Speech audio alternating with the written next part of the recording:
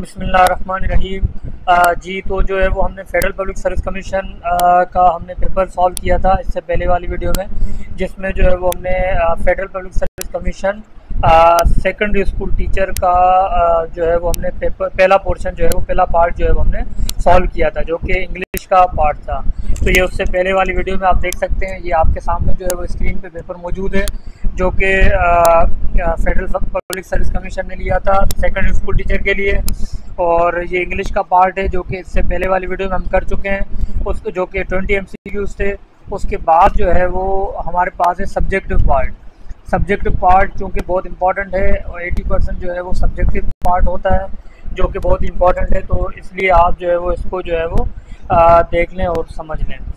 इससे पहले जो है मैं आपको यही कहूँगा कि जिन्होंने हमारे चैनल को सब्सक्राइब नहीं करा वो जो है हमारे चैनल को सब्सक्राइब कर लें, ताकि जो है वो हम उन तक अपनी वीडियोस पहुंचा सकें और जो है वो लोगों को ज़्यादा से ज़्यादा इससे फ़ायदा पहुंच सके। तो सबसे पहला MCQ है हमारे पास, the article 25A of the constitution obligates state to provide free and compulsory education up to class. तो ये जो है वो इसमें होगा नन ऑफ दिस, चूँकि आर्टिकल 25A ऑफ कॉन्स्टिट्यूशन जो है वो ओबे करता है, ओब्लिगेट करता है स्टेट को कि फ्री और कंपलसरी एजुकेशन दें क्लास 10 तक। तो इसमें होगा none of these, none of these होगा। और इसमें जो करेक्ट ऑप्शन है वो है अप टू क्लास 10। और इस तरह से भी आ सकता है MCQs के जो है वो स्टेट ओब्लिगेट्स या जो है वो constitution obligates state to provide free and compulsory education up to age of dash years, इस तरह से भी आ सकता है। तो वो है children age of 5 to 16 years. तो इसको भी आप याद रख लें, सही है। इससे रिलेटेड इस तरह के सवालात इस नोयत के आ रहे होते हैं। अच्छा, तो इसमें हमारे पास जो करेक्ट ऑप्शन पहले में होगा वो क्या होगा हमारे पास, नन ऑफ दिस। उसके बाद दूसरा हमारे पास सवाल है, the theory of dash theory of personality puts emphasis on studying the whole human being. तो उसके लिए जो हमारे पास जो ऑप्शन है यहाँ पे है ह्यूमनिस्टिक। सी ऑप्शन है, थोड़ा ब्लर है लेकिन मैं ये यहाँ पे हाईलाइट भी कर देता हूँ। ह्यूमनिस्टिक जो है वो हम उसमें जो है वो ह्यूमन बीइंग के बारे में पढ़ रहे होते हैं। उसके बाद हमारे पास MCQ है, who said that learning includes both acquisition and retention. तो ये कहा था, ये किन्होंने कहा था, स्किनर ने कहा था 1969 में। तो ये है स्किनर, बी ऑप्शन होगा इसमें, स्किनर।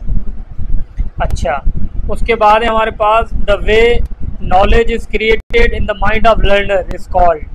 तो इसको हम बोलते हैं कंस्ट्रक्टिविज्म, कंस्ट्रक्टिविज्म। ये रहा सी ऑप्शन, सही है। उसके बाद है हमारे पास 25th नंबर है, going from specific to general is called dash thinking. तो इसको हम बोलते हैं इंडक्टिव थिंकिंग। देखें, एक होती है इंडक्टिव थिंकिंग, एक होती है डिडक्टिव थिंकिंग। इंडक्टिव थिंकिंग वो होती है जो जिसमें हम जो है वो स्पेसिफिक से जनरल जा रहे होते हैं। तो ये हमारे पास हो गई इंडक्टिव थिंकिंग। और दूसरा हमारे पास होता है डिडक्टिव, जिसमें जो है वो जनरल से स्पेसिफिक हम जा रहे होते हैं। तो इसमें जो करेक्ट ऑप्शन है हमारे पास क्या है, वो बी है, वो है इंडक्टिव। तो इंडक्टिव को हमने कर लिया। उसके बाद है the term philosophy means. Philosophy की मायने क्या है, फिलोसॉफी की मायने है लव ऑफ विजडम। तो ये हमारे पास ऑप्शन नंबर सी जो है वो सही है। उसके बाद 27th है, dash is the ability to use knowledge. तो ये बहुत आसान है कि intelligence is the ability to use knowledge. तो ये हमारे पास बी ऑप्शन यहाँ पे होगा, सही है। उसके बाद है हमारे पास the major objective of Aligarh movement was to promote. तो यकीनन उसमें जो है अलीगढ़ मूवमेंट का ऑब्जेक्टिव यही था कि एजुकेशन को प्रोमोट करना, क्योंकि उस वक्त जो है वो ब्रिटिश की हुकूमत थी। तो सर सैयद अहमद खान भी चाह रहे थे ताकि ये तालीम हासिल करें, ताकि जो है वो हम उनसे जो है वो कॉम्पीट कर सकें। तो एजुकेशन पे ज़्यादा उन्होंने जोर दिया था। अच्छा, उसके बाद है 29 है, education conference 1947 was held in. तो ये जो है, अब देखें, ये हुई थी कराची में हुई थी। यहाँ पे ऑप्शन जो है वो हमारे पास नहीं है, तो नन ऑफ दिस, लेकिन ऑप्शन है तो हम करेंगे। अब अगेन ये भी पता होना चाहिए, ये नहीं कि सिर्फ कराची में हुई थी, कौन सी डेट पे हुई थी, इस तरह से भी याद कर लें। वो जो है वो 27 नवंबर से 1 दिसंबर तक जो है वो 1947 में हुई थी कराची में। सही है। उसके बाद है educational administration. Educational administration is primarily a dash enterprise.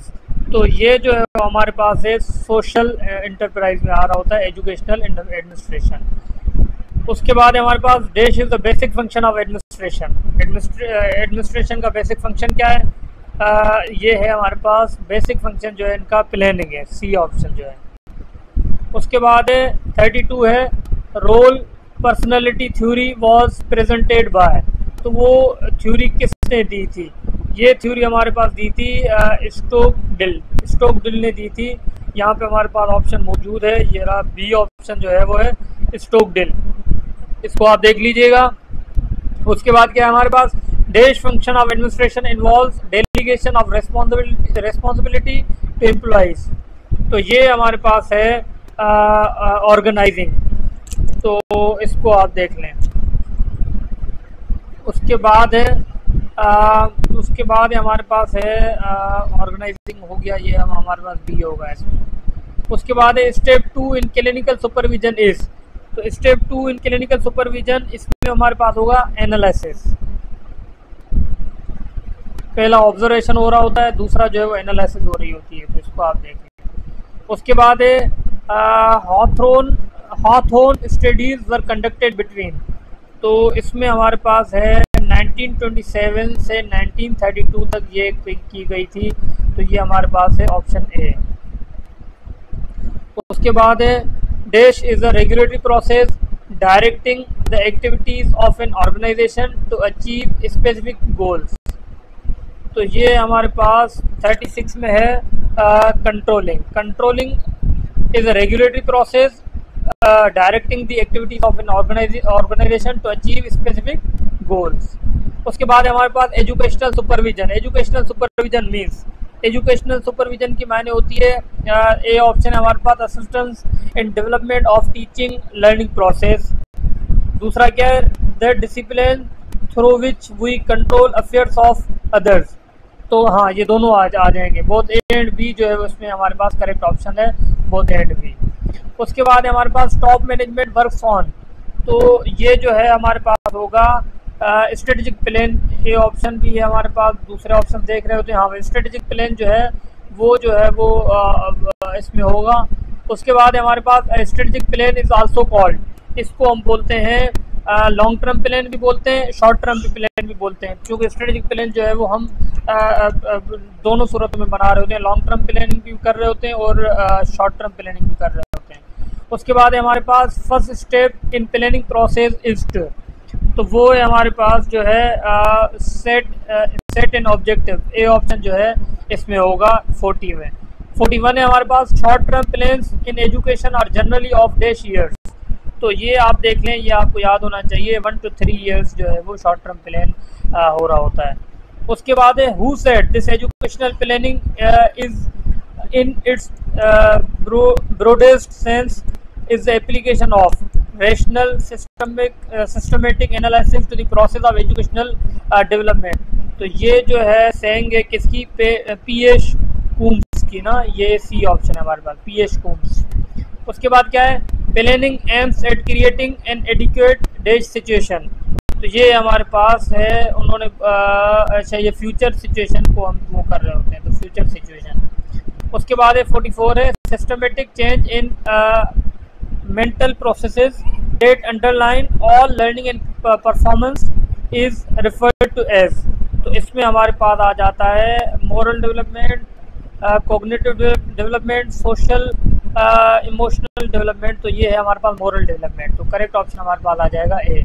ठीक है, तो आज की वीडियो हम यहाँ तक ही जो है हम रखते हैं, उसके बाद हम कंटिन्यू करेंगे।